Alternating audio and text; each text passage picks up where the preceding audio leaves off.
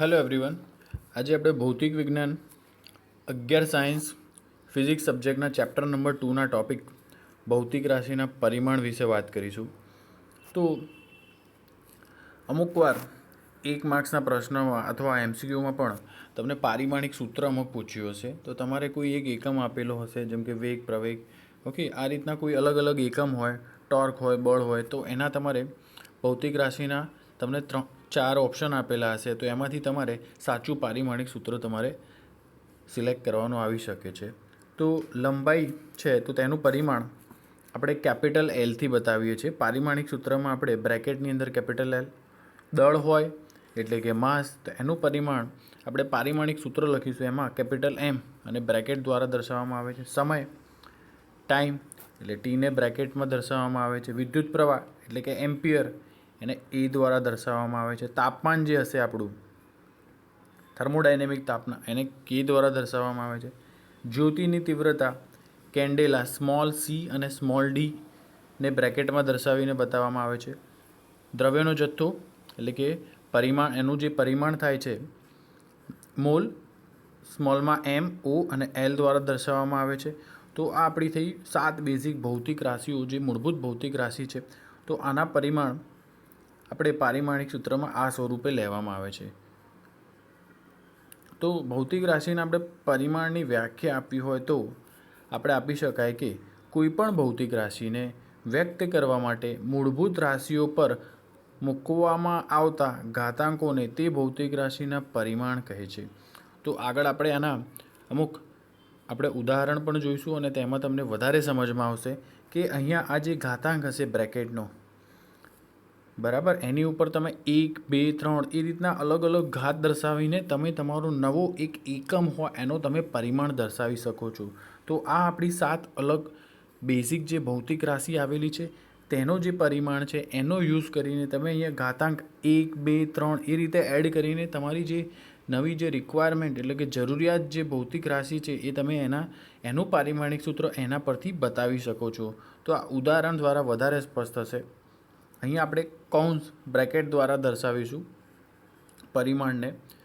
તો આપણે ચલો ઉદાહરણ દ્વારા સમજીએ. ભૌતિક રાશિ ક્ષેત્રફળ હોય તો આપણને સમીકરણ ખબર છે કે એરિયા સ્ક્વેર, અથવા એરિયા જે હોય એ લંબાઈ ગુણ્યા પહોળાઈ હોય અથવા લંબાઈ ગુણ્યા લંબાઈ હોય. તો આપણે એનો જે એકમ દર્શાવીએ મીટર ઇન્ટુ મીટર, એનો સ્ક્વેર થઈ જાય એટલે એનો એકમ થાય મીટર સ્ક્વેર. મીટર એ લંબાઈ છે તો લંબાઈનો સ્ક્વેર થશે. તો અહીંયા આપણે પારિમાણિક સૂત્ર જે બનાવીશું તો આપણી પાસે બેઝિક લંબાઈનો જે પરિમાણ છે એ આપણા પાસે અહીંયા છે ને એને આપણે બ્રેકેટમાં એલ દ્વારા દર્શાવીએ છીએ. પરંતુ જ્યારે ક્ષેત્રફળનું શોધવું હશે તો લંબાઈનો સ્ક્વેર કરવામાં આવશે. તો એલનો આપણે અહીં જે ઘાત હશે આપણે અહીંયા 2 લેવી પડશે, તો એલ સ્ક્વેર થશે. તો એનું પારિમાણિક સૂત્ર આપણે આ રીતે દર્શાવી શકાય કે m0 L2 L2 and T0. હવે કોઈની પણ ઘાત 0 હોય તો એને આપણે 1 લઈ શકાય મલ્ટિપ્લિકેશનમાં. તો અહીંયા આપણે ડાયરેક્ટ L2 પણ 2થી પણ આપણે દર્શાવી શકાય છે, અથવા m0 L2 અને T0 એ રીતે પણ આપણે દર્શાવી શકાય. તો આ આપણું પારિમાણિક સૂત્ર થઈ જશે ક્ષેત્રફળ માટે. હવે જેમ કે વેગ એટલે અંતર ભાગ્યા સમય, અંતરને લંબાઈ, સમયને તો સમયના આપણે પરિમાણથી દર્શાવીએ છીએ. તો આપણી પાસે લંબાઈ અને સમય એના પરિમાણ આપણી પાસે છે. તો અહીંયા આપણે ઉપર લખીશું L1 જ આવશે, અહીંયા તમે T પણ 1 આવશે. તો આનું પારિમાણિક સૂત્ર આપણે શોધવું હોય તો T ઉપર જશે તો T-1 થશે. અને એમ દળ આપણું કાંઈ છે નહીં તો m0 L1 અને T-1. અહીંયા m0 તમે નહીં લખો તો પણ ચાલશે, અને જે ભૌતિક રાશિ ના હોય એના માથે તમે 0 લખશો તો એ કિંમત એની 1 જ થવાની છે. તો એમ તો છે નહીં દળ, તો m0 L1 અને T-1. અહીં T ઉપર જશે તો એનો જે ઘાત ઉપર આવશે એ -1 થશે. તો આ આપણું પારિમાણિક સૂત્ર થઈ જશે વેગ માટે. હવે પ્રવેગની વાત કરીએ. પ્રવેગ એટલે વેગમાં થતો ફેરફાર ભાગ્યા સમય, અથવા વેગ ભાગ્યા સમય. વેગને આપણે કહીએ છીએ લંબાઈ ભાગ્યા સમય. સમય અહીંયા ઓલરેડી ગુણાંકમાં છે તો લંબાઈ ભાગ્યા સમયનો આપણે સ્ક્વેર થઈ જશે. તો લંબાઈને આપણે મીટર, ઓકે, સમયનો અહીંયા T² આવશે, S નહીં આવે, અહીંયા T². તો લંબાઈ છે તો એલ રેસ્ટ એનું પરિમાણ થઈ જશે એલ. સમય જે છે ઓકે, એટલે અહીંયા સેકન્ડનો એસ લખ્યો છે મેં અહીંયા મીટર પર સેકન્ડ સ્ક્વેર. તો અહીંયા ટી સ્ક્વેર આવશે, છેદમાં અહીંયા T square plus T raise two plus 2 આવશે, પરંતુ એ જ્યારે ઉપર જશે તો ટી રેસ ટુ પ્લસ 2 -2 થઈ જશે. તો એલ રેસ ટુ 1 અને ટી રેસ ટુ -2 આ જ્યારે ઉપર જશે તો અહીંયા આ ટી રેસ ટુ પ્લસ 2 જ આવશે. તો એનું પારિમાણિક સૂત્ર M raise to 0, L raise to 1 તેમજ ટી રેસ ટુ -2. આગળ એક બીજી ભૌતિક રાશિ જોઈએ, કદ. કદ એટલે લંબાઈ ગુણ્યા પહોળાઈ ગુણ્યા ઊંચાઈ. તો એકમ સ્વરૂપે જોઈએ તો મીટર ગુણ્યા મીટર ગુણ્યા મીટર હોય. મીટર ક્યુબ, મીટરનું પરિમાણ આપણે દર્શાવીએ છીએ એલ દ્વારા, પરંતુ ક્યુબ હોવાથી આપણે અહીંયા ઘાત 3 લઈશું. તો એનું પારિમાણિક સૂત્ર બનશે m0, એલ રેસ ટુ 3 અને ટી રેસ ટુ 0. તો આ આપણે અમુક બેઝિક પારિમાણિક સૂત્રો જોયા, તેમજ આજે આપણા બેઝિક 7 ભૌતિક રાશિના પરિમાણ પરથી આપણે કઈ રીતે જુદી જુદી ભૌતિક રાશિઓના આપણે પારિમાણિક સૂત્ર લખી શકો તે જોયું. હવે આગળ બીજા અમુક ઉદાહરણ પણ આપણે જોઈએ. જેમ કે બળ છે, તો બળ બરાબર દળ ગુણ્યા પ્રવેગ, એનું સૂત્ર છે F બરાબર ma. તો m દળ તો એ થઈ જશે m રેસ ટુ 1. પ્રવેગનું આગળ જેમ આપણે શોધ્યું એમ મીટર અપોન સેકન્ડ સ્ક્વેર, તો L1 ટી રેસ ટુ -2. તો આનું ડાયરેક્ટ પારિમાણિક સૂત્ર લખવું હોય તો લખી શકાય કે m1 L1 T raise to -2. હવે ઘનતા એટલે દળ ભાગ્યા કદ. દળનું આપણે જે પરિમાણ બનશે તો એને આપણે એમ રેસ ટુ 1 કહીશું. કદ મીટર ક્યુબ થશે, એ નીચે છે એટલે એલ રેસ ટુ 3 થશે. એલ રેસ ટુ 3 ઉપર જશે એટલે એલ રેસ ટુ -3 આવશે. એટલે અહીંયા m1 એલ રેસ ટુ -3 આવશે, અહીંયા ભૂલ છે, m1 એલ રેસ ટુ -3 અને ટી રેસ ટુ 0. તો ઘનતાનું પારિમાણિક સૂત્ર m1 એલ રેસ ટુ -3 અને ટી રેસ ટુ 0. હવે આ તો વાત થઈ આપણે અમુક પારિમાણિક સૂત્રની. હવે એક બીજો આપણે ટૉપિક જોઈએ કે કોઈ સમીકરણ આપેલું હોય તો તેમાં તમારે પારિમાણિક જે સમીકરણ હોય એનું તમારે પારિમાણિક સુસંગતતા ચકાસવાની છે. તો સમજીએ કે આ શું છે આપણા ટૉપિકમાં. તો આ એક આપણું ગતિનું એક સૂત્ર છે જે આગળના ચેપ્ટરમાં પણ આવશે. x બરાબર x0 plus v0t plus half at square. અહીંયા x છે એ અંતર છે, v0 એ શરૂઆતનો સમય છે, 1/2 કોન્સ્ટન્ટ અચળ છે, a એટલે પ્રવેગ, t એટલે સમય, તેમજ અહીંયા જે ડાબી બાજુ x છે એ પણ અંતર છે. તો અહીંયા આપણે આ સમીકરણ પરથી ચકાસવાનું છે કે આ જમણી બાજુ જે એકમ અથવા પારિમાણિક સૂત્ર બનશે એ અને ડાબી બાજુ જે પારિમાણિક સૂત્ર બને છે તે શું એ સમાન છે. એટલે કે ડાબી બાજુ છે એ તો લંબાઈ બતાવે છે, એનો એકમ લંબાઈ થશે. જ્યારે આ બધાનો આપણે સરવાળો કરો છો તો આ સ્વતંત્ર રીતે બધા લંબાઈ હોવા જોઈએ. જેમ કે આ પણ લંબાઈ હોવું જોઈએ, આ પણ લંબાઈ હોવું જોઈએ, તેમજ આ પણ લંબાઈ હોવું જોઈએ. તો જ ત્રણેયનો સરવાળો થાય તો આપણે કહી શકાય કે લંબાઈનો સરવાળો કરીએ છીએ અને એ જે જવાબ આવે એ ડાબી બાજુ પણ લંબાઈ જ દર્શાવે છે. તો આપણે સોલ્વ કરીએ તો વધારે સમજમાં આવશે. x અંતર છે તો એનું પારિમાણિક સૂત્ર બની જશે L/1. x0 એટલે અંતર જ છે તો લંબાઈ અંતર જ છે તો L/1 જ આવશે. v0 × t એટલે વેગ ગુણ્યા સમય. તો સમજો વેગ ગુણ્યા સમય, વેગનું પારિમાણિક સૂત્ર L અને નીચે t આવશે, તેમજ સમયનો t અહીંયા છે, એક t અને t અહીંયા કેન્સલ થશે તો L જ વધશે. ટૂંકમાં વેગ ગુણ્યા સમય એટલે એ પણ લંબાઈ છે. હવે હાફ at સ્ક્વેર, તો એ પણ આપણે અહીંયાથી લંબાઈ મળશે. કઈ રીતે સમજો, a × t સ્ક્વેર એનું પારિમાણિક સૂત્ર મીટર અપોન સેકન્ડ સ્ક્વેર એટલે કે લંબાઈ ભાગ્યા અહીંયા સમયનો સ્ક્વેર, તો L/1 divided by T raise to 2 અને આ ટી સ્ક્વેરનો અહીંયા સમયનો એટલે કે ટાઈમ ટીનો સ્ક્વેર થશે. આ ટી સ્ક્વેર અને આ ટી સ્ક્વેર કેન્સલ તો અહીંયા આપણને લંબાઈ મળી. તો આપણે આ જે જમણી બાજુના આ સમીકરણના જે જમણી બાજુ જે બધી ટર્મ્સ આપી છે એ બધી લંબાઈ જ છે. સ્વતંત્ર રીતે આપણે ઇન્ડિવિજ્યુઅલી આ 3 આ પણ લંબાઈ છે, આ પણ લંબાઈ છે અને આ પણ લંબાઈ છે. હવે ડાબી બાજુ જે છે એ પણ આપણું એકમ જે બનશે એનો એ પણ લંબાઈ આવશે. તો આપણે કહી શકાય કે આ જે સમીકરણ છે એ પારિમાણિક દ્રષ્ટિએ આપણે સાચું છે.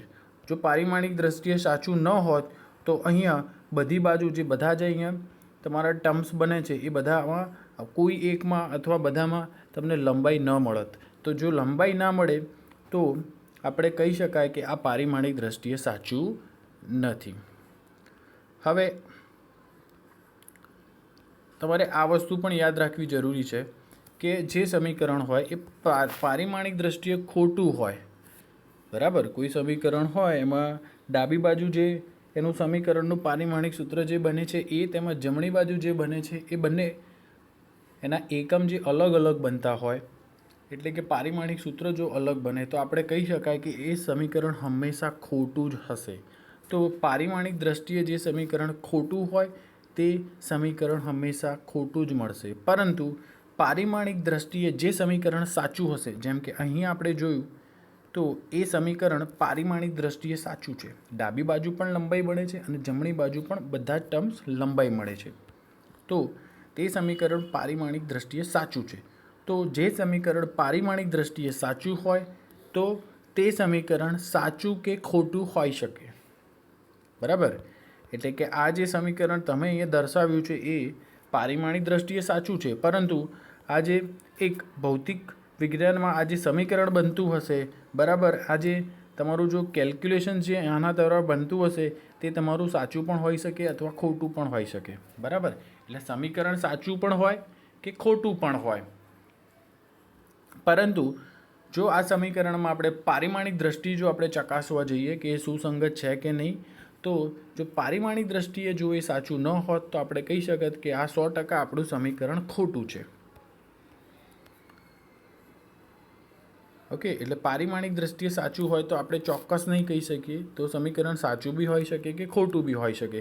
તો એની આપણે એક અલગ રીતથી આપણે તમે એનાલિસિસ અને સ્ટડી કરીને આપણે એને સોલ્વ કરવું પડે. હવે આપણે એક ઉદાહરણ 2.3 જોઈએ. તો આપણે અહીંયા આ જે સમીકરણ આપ્યું છે ½ mv² = mgh, તો એ પારિમાણિક દ્રષ્ટિએ સાચું છે કે નહીં તે ચકાસવાનું છે.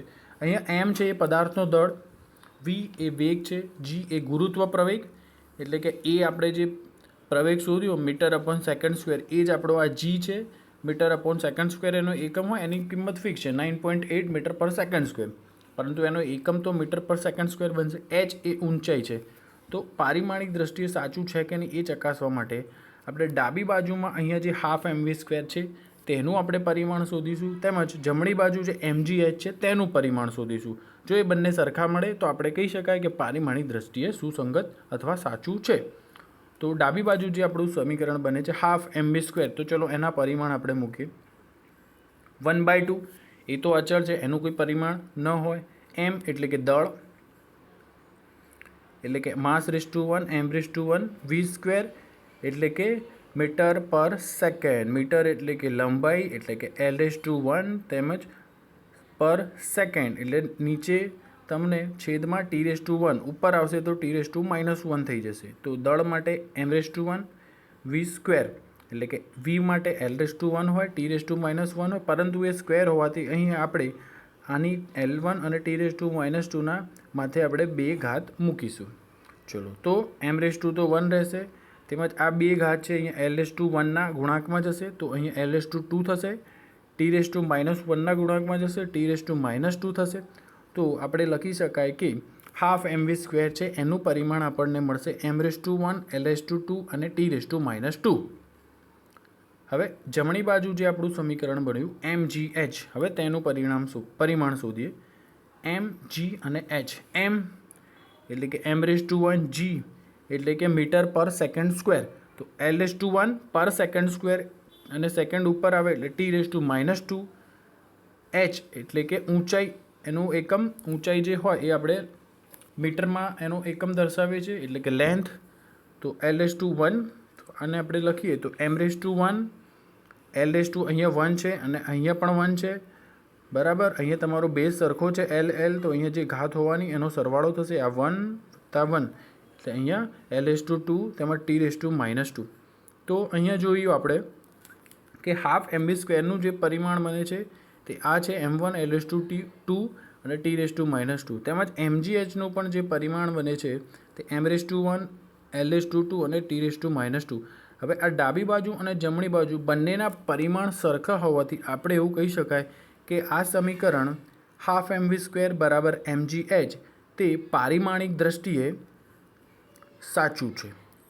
આપણે કહી શકાય કે આ સમીકરણ પારિમાણિક દ્રષ્ટિએ સાચું છે.